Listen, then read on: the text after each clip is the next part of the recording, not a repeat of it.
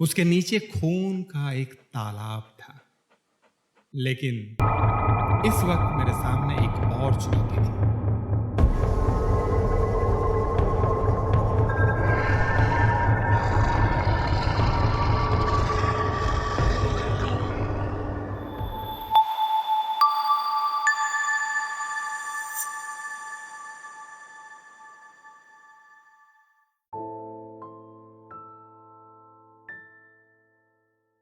टॉकमेक academy classics series में सुनिए दुनिया की सबसे मासूम कहानियां, हंसी खिलखिलाहट बेवकूफियां, जोश और उमंग, कच्चे पक्के तरोताजा रंगों का मेला। यहाँ है इंसान के सबसे सुकुमार दिन। मैं उपेंद्र लेकर आया हूं विश्व साहित्य से चुना हुआ शिशु और किशोर साहित्य। आज की कहानी है लेव तोल्स्टॉय की लिखी हुई बुल्का और जंगली सुअर। तो चलिए शुरू करते हैं।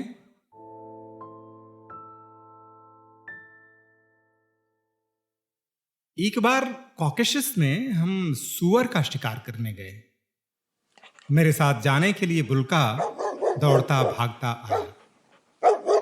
सुअर के शिकारी और हाउंड जैसे ही अपने काम में जुटे, बुल्का उनके ढोल नगाड़ों की दिशा में दौड़ गया। वह जंगल में गायब हो गया। यह बात नवंबर के महीने की है। इस समय जंगली सुअर, और आमतौर पर सारे सुअर ही खा खाकर मोटे चर्बीदार हो जाते हैं। कॉकेशस के जंगलों में जंगली सुअर खूब आते हैं। यहाँ सभी तरह के फल होते हैं। जंगली अंगूर, शंकु, सेब, नाशपाती, काले जामुन, एकॉर्न और रोज एप्पल। इनके पक जाने पर जब पाला फलों को ढीला कर देता है तो जंगली सुअर इन्हें खा खाकर मोटे हो जाते हैं। साल के इस महीने तक जंगली सुअर इतना मोटा होता है कि कुत्तों के दौड़ाने पर वह ज्यादा दूर भाग नहीं पाता। 2 घंटे तक उसके पीछे लगे रहने पर वह झाड़ियों में घुस जाता है और वहीं से गुर्राता है। शिकारी दौड़कर वहां जाते हैं जहां खाड़ी में वह छिपा होता है। वे उसे गोली मार देते हैं। कुत्तों का भौंकना सुनकर कोई भी बता देगा कि सुअर छिप गया है या अभी भी दौड़ भाग रहा है। वह भाग रहा हो तो कुत्ते ऐसे भौंकते हैं जैसे कोई उन्हें पीट रहा हो। अगर वह छिप जाए तो वे लंबी लंबी गुर्राहट लेकर चीखते हैं जैसे किसी इंसान पर भौंक रहे हों।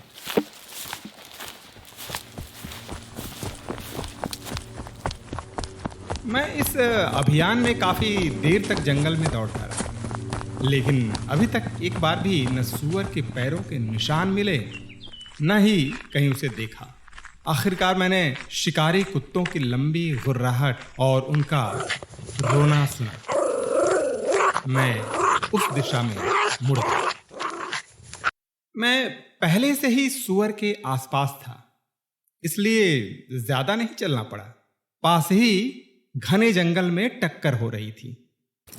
भिड़ंत सुअर और शिकारी कुत्तों के बीच थी। मैं उनके भौंकने से समझ रहा था वे अभी तक उसे पकड़ नहीं पाए हैं और सिर्फ उसका पीछा कर रहे हैं। अचानक अपने पीछे मैंने दौड़ने भागने की आवाज सुनी।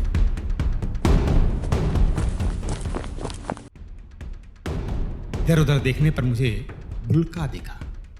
मुझे साफ लग रहा था वह घने जंगल में सुअरों और शिकारी कुत्तों की दिशा को भूल गया है और भ्रम में इधर उधर दौड़ भाग रहा है।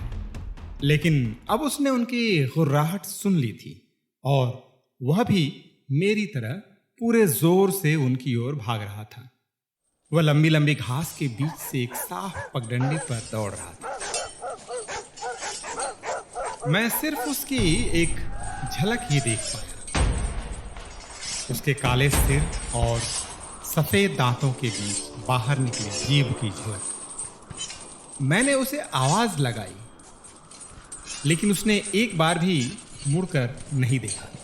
सिर्फ एक बार मेरी ओर आया और झाड़ियों में गायब हो गया। मैं तेजी से उसके पीछे भागा, लेकिन जितना ही मैं अंदर गया, झाड़ियां उतनी ही घनी होती जा रही थी। घने पेड़ की डालियों ने मेरा हैट गिरा दिया और मेरे चेहरे पर चाबुक की तरह कुछ डालियां टकराई। कटीली झाड़ के कांटों ने मेरे कोट को बुरी तरह उलझा दिया। इस समय तक मैं भौंकते शिकारी कुत्तों के बहुत पास था, लेकिन मुझे अब भी कुछ दिखा नहीं।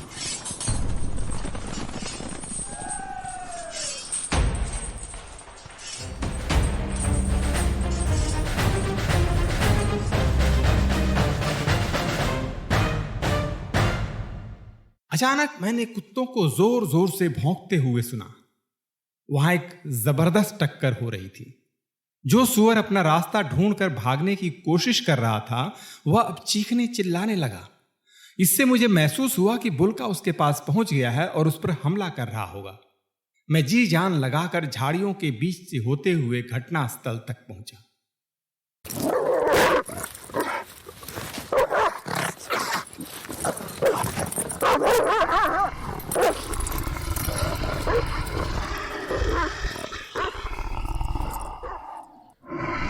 यहाँ जंगल सबसे घना था।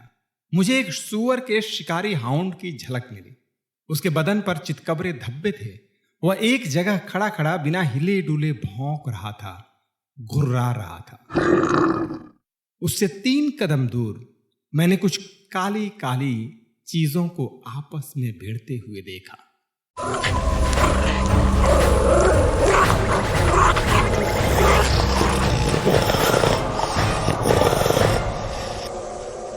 मैं नजदीक गया, पता चला कि यह सुअर है।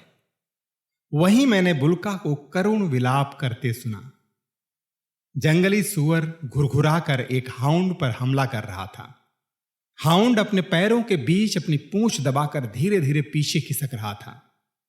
मैंने सुअर की बगल और सिर का टारगेट लिया, उसकी तरफ निशाना साधा और गोली दाग दी। मेरे शॉट का असर हुआ। सुअर चीखा, मेरी ओर से मुड़कर वह झाड़ियों में घुस गया। कुत्ते उसके पीछे भौंकते गुर्राते दौड़े। मैं उनके पीछे पीछे झाड़ियों में घुसा। अचानक मेरे पैरों के नीचे कोई आवाज हुई। मैंने देखा, यह ठीक मेरे पैरों के नीचे से आ रही थी। यह बुल्का था। करवट लेकर लेटा हुआ कराह रहा था। उसके नीचे खून का एक तालाब था। लेकिन इस वक्त मेरे सामने एक और चुनौती थी।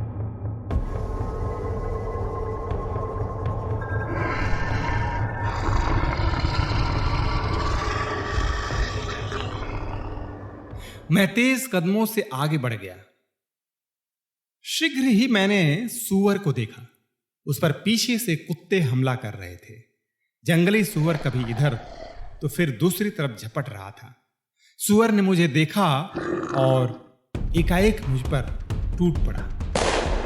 मैंने दूसरी बार गोली चलाई। इस बार बंदूक करीब करीब उसे छू रही थी। इससे उसके बाल झुलस गए। सुअर ने एक आखिरी गुर्राहट ली।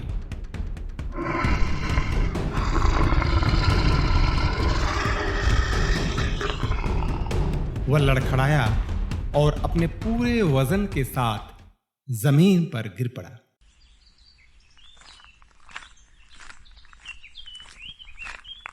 जब तक मैं उसके नजदीक पहुंचा, वह मर चुका था। केवल यहां वहां उसका शरीर हिलता था या थोड़ा सा कांप जाता था। झबरे बालों वाले शिकारी कुत्ते उसके पेट और पैरों पर टूट रहे थे। जहां जहां जंगली सुअर को चोट लगी थी, वहां से कुछ दूसरे कुत्ते खून चाट रहे थे।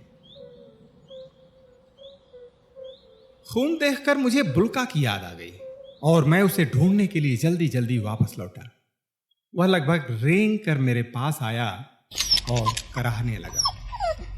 मैं घुटनों के बल बैठ गया और उसके घाव को देखा। उसका पेट फट गया था और आंतों का एक पूरा हिस्सा बाहर निकलकर सूखी पत्तियों पर फैल गया था। अपने साथियों के आ जाने पर हमने बुल्का की आंतें अंदर की और उसके पेट पर टांके लगा दिए। जब हम उसके पेट को सिल रहे थे और त्वचा में छेद कर रहे थे तो अपनी जीभ से वह मेरा हाथ चाटता रहा। उन्होंने सुअर को घोड़े की पूंछ से बांध दिया जिससे उसे जंगल से लाया जा सके। हमने बुल्का को घोड़े की पीठ पर बैठाया और इस तरह हम उसे घर ले आए।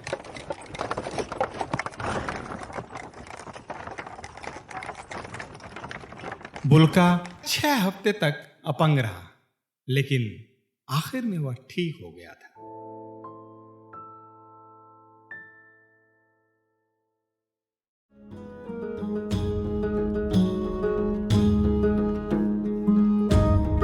मासूम कहानियों के आज के एपिसोड में इतना ही। सुनते रहिए हर हफ्ते शुक्रवार और शनिवार रात 9 बजे। टॉकमेट एकेडमी को सब्सक्राइब कीजिए, कहानियों को शेयर और लाइक कीजिए। खुद सुनिए, दूसरों को सुनाइए।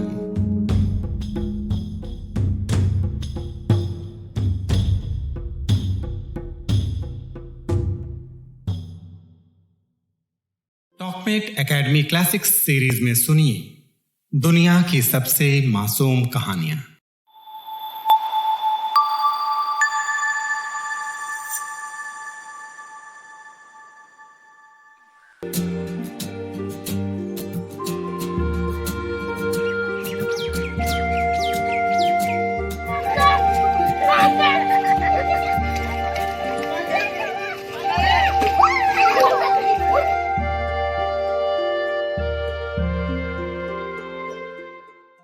दुनिया को हम सिर्फ एक बार देखते हैं, बचपन में। बाकी सब यादों के काफिले हैं।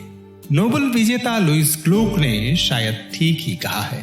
क्या इसलिए आदमी बार बार लौटना चाहता है अपने बचपन में? टॉकमेट एकेडमी क्लासिक्स सीरीज में प्रस्तुत है विश्व साहित्य से चुनी हुई मासूम दिनों की कहानियां। शिशु और किशोर साहित्य। बचपन है तो हंसी, खिलखिलाहट, बेवकूफियां, जोश और उमंग है। कच्चे पक्के तरोताजा रंगों का मेला है। सबसे सुकुमार भावनाओं की उष्मा है और है संसार को पहली बार देखने वाली आंखें। उन्हीं आंखों से देखी हुई ये हैं दुनिया की सबसे मासूम कहानियां। इन्हें सुनिए और दूसरों को सुनाइए। मैं उपेंद्र दुनिया की सबसे मासूम कहानियों के इस मेले में मिलूंगा हर शुक्रवार और शनिवार रात 9 बजे।